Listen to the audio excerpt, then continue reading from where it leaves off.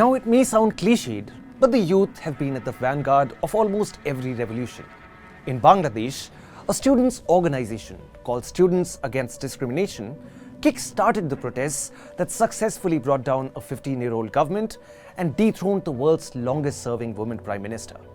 So who are the student leaders at the helm of this revolution? News9 Plus Decodes. Today, the Students Against Discrimination movement has become a household name in Bangladesh.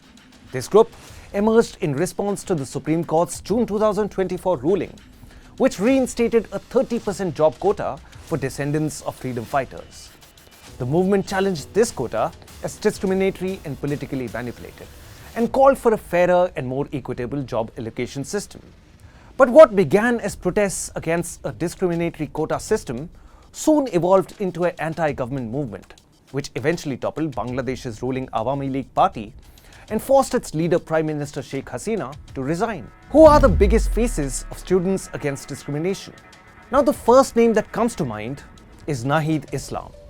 Islam is a sociology student at Dhaka University and the coordinator of the Students Against Discrimination movement. He emerged as the face of the protest against the reinstated 30% job quota for descendants of freedom fighters, a system perceived as both discriminatory and politically manipulated. Nahid claims that he was arrested by police on July the 20th, although the government has denied this. A viral video also showed police placing him into a vehicle, and he was found unconscious under a bridge a day later. After the military announced the formation of an interim government, Nahid had openly declared that any government other than the one that we recommend would not be accepted. He also revealed that Nobel laureate Muhammad Yunus had agreed to take on the Prime Minister's post at the group's request. Another key figure is Asif Mahmood, a linguistics student at Dhaka University. Mahmood was abducted on July the 19th, tortured and interrogated for 4 days before his release on July the 24th. Subsequently, on July 26th, he was again taken from a hospital by individuals claiming to be intelligence personnel. After Hasina's departure, Mahmood was noted for his proclamation that the students, and indeed the movement, would not accept martial law if the army took over power. Then there is Abu Bakr Mazumdar, a geography student also from Dhaka University. Mazumdar is the national coordinator of the Students Against Discrimination movement.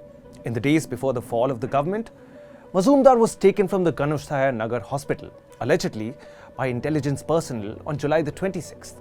However, Mazumdar remained a steadfast opponent of the Hasina-led government, alongside Nahid and Asif. Other key leaders of the movement include Sarge Salam, Hasnat Abdullah, Nusrat Tabassum from the Shamsunahar Hall of Dhaka University, and Arif Sohail, coordinator at the Jahangirnagar University. So what lies ahead for Students Against Discrimination?